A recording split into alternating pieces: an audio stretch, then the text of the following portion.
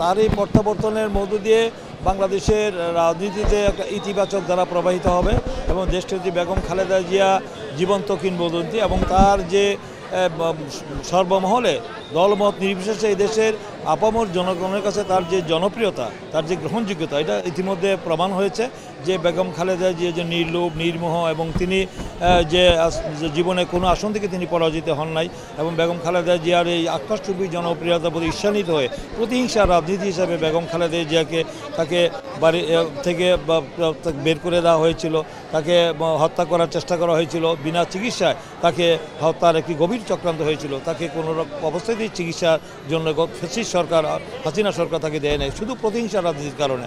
আমরা দেখেছেন কিন্তু ইতিহাস বড় নির্মম, বড় নিষ্ঠুর, ইতিহাস কাউকে ক্ষমা করে না। ইতিহাস থেকেও শিক্ষা না, ইতিহাসের বড় শিক্ষা। তাই আজকে দেখেছেন যে এই যে ঐতিহাসিক যে আমাদের 5ই অগাস্ট গত বছরের 2024 ঐতিহাসিক ছাত্র গণঅভ্যুত্থানের মধ্যে দিয়ে এই ফ্যাসিস্ট সরকারের পতনের মধ্যে দিয়ে আমাদের একটি মুক্ত বাংলাদেশ পেয়েছি। এই সরকার এসে তাকে চিকিৎসার আবেদন করলে তাকে চিকিৎসা করার সুযোগ দেওয়া হয়। তিনি সেই যুক্তরাজ্যে উন্নত চিকিৎসার জন্য গিয়েছেন, আজকে তিনি ফিরে আসছেন।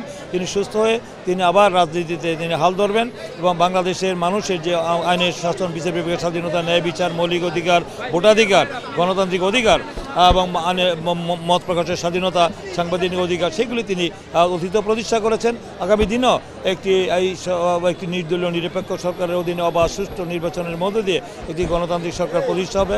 দেশনেত্রী বেগম খালেদা জিয়া সে নেতৃত্ব দিবেন, নেতৃত্ব দিয়ে বাংলাদেশকে আবার একটি গণতান্ত্রিক রাষ্ট্র হিসাবে মানুষের যে প্রত্যাশা, যে মানুষের আকাঙ্ক্ষা, সেই আকাঙ্ক্ষা প্রত্যাশা তিনি পূরণ করবেন। আর যেন বাংলাদেশে কোনো ফ্যাসিস্ট স্বৈরাচারী সরকার বা কোনো দানবীয় সরকার, মাফিয়া সরকার যেন বাংলাদেশের রাষ্ট্রীয় ক্ষমতা দখল করতে না পারে। বেগম খালেদা জিয়ার মতো নেত্রীকে এই দেশের জনগণ আবার রাষ্ট্রীয় ক্ষমতায় দেখতে চায় বলে আমরা মনে করি। আজকের এই স্বতঃস্ফূর্ত মানুষের যে আবেগ উচ্ছ্বাসে তাদের যে উষ্ণ রাজকীয় যে তাদের সম্বর্ধনা দেওয়ার জন্য তারা প্রস্তুত জনগণ, এটাই প্রমাণ করে বেগম খালেদা জিয়ার জনপ্রিয়তা আকাশচুম্বী, এটা এখন প্রমাণ হয়েছে। গণতন্ত্রকামী সকল রাজনৈতিক দল এবং প্রতিষ্ঠান সুদীর্ঘ সময় ধরে যে গণতন্ত্র পুনরুদ্ধারের জন্য রক্তাক্ত সংগ্রাম করেছে, যে ত্যাগ স্বীকার করেছে, সেটির কিন্তু প্রতিনিধি।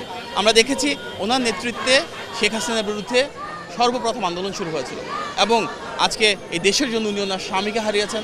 শহীদ প্রেসিডেন্ট জিয়াউর রহমানের ধারাবাহিকতায় আমরা দেখেছি ওনাদের এক সন্তান এই দেশের জন্য জীবন দিয়েছেন। ওনার আরেক সন্তান বিএনপির ভারপ্রাপ্ত চেয়ারম্যান জনাব তারেক রহমান দীর্ঘদিন ধরে সপরিবারে বিদেশে নির্বাসিত, এই দেশে উনি আসতে পারেন নাই।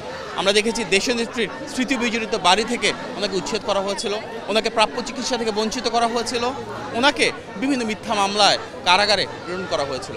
এই ত্যাগ, এই সংগ্রাম কিসের জন্য?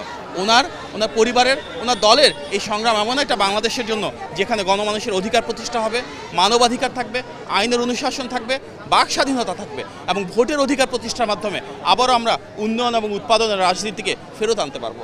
সুতরাং সেই বাংলাদেশ যেটি শহীদ প্রেসিডেন্ট জিয়াউর রহমান দেখেছিলেন, দেশনেত্রী বেগম খালেদা জিয়া দেখেছিলেন, বিএনপির ভারপ্রাপ্ত চেয়ারম্যান জনাব তারেক রহমান প্রতিষ্ঠা করতে চান, সেই উন্নয়ন এবং উৎপাদনের বাংলাদেশ, অন্তর্ভুক্তিমূলক উন্নয়ন, যেখানে সব শ্রেণী পেশার মানুষের ভাগ্যের পরিবর্তন হবে, সেটি ইনশাল্লাহ আমরা সবাই মিলে কাঁধে কাঁধ মিলে বিনির্মাণ করতে চাই। এবং আজকে আমরা এখানে যে দেখছি অনেক সাধারণ মানুষ নেমে এসেছেন, যে আবেগ, আকাঙ্ক্ষা, উচ্ছ্বাস, অনুভূতি, সেটি কিন্তু দেশনেত্রী বেগম খালেদা জিয়া শুধু একজন রাষ্ট্রনায়ক হিসেবে না, একজন মার প্রতি, সারা দেশের মমতাময়ী সেই মা, যিনি গণতন্ত্র পুনরুদ্ধারের জন্য আপোষহীনভাবে সংগ্রাম করে গিয়েছেন।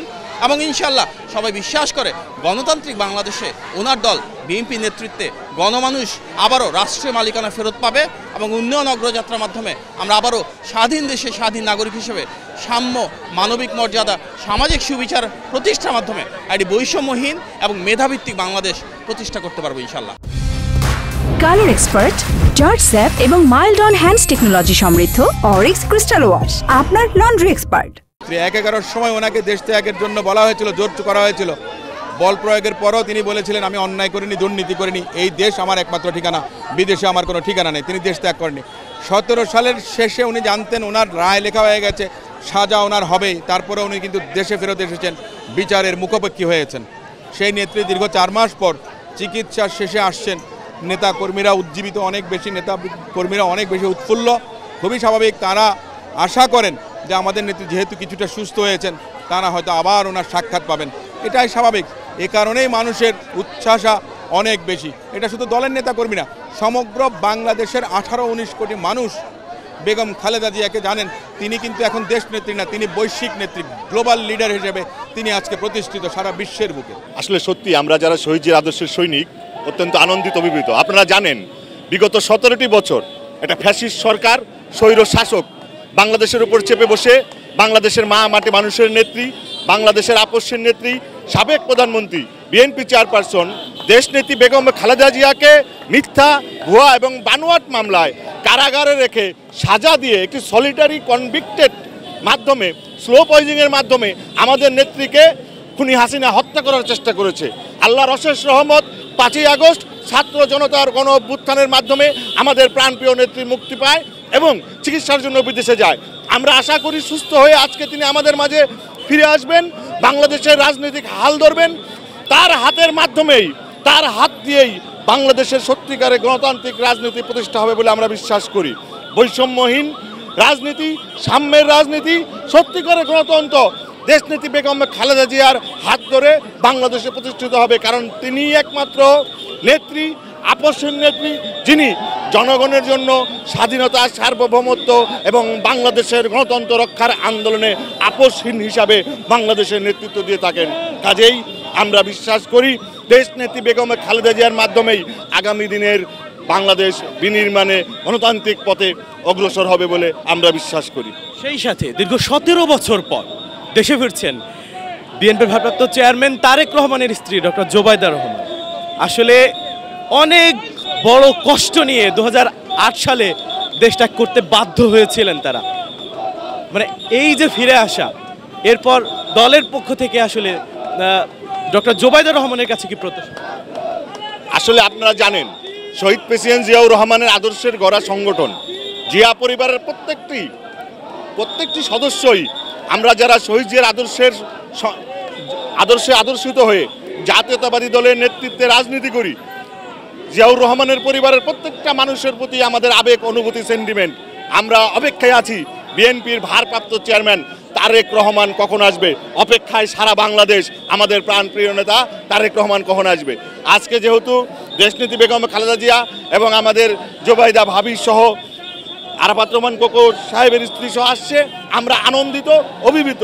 তবে আমরা তারেক রহমানের অপেক্ষায়, গোটা বাংলাদেশ আজকে গণতন্ত্র তার অপেক্ষায়। আমরা বিশ্বাস করি যে কোনো মিথ্যা মামলা, আপনারা জানেন বিগত সময়ে আমাদের নেতৃবৃন্দের, লক্ষ লক্ষ নেতাকর্মীদের, জোবাইদা রহমান রাজনীতি কখনোই ছিলেন না, তাকেও 17টি বছর মিথ্যা মামলা দিয়ে দেশ থেকে তারা করেছে।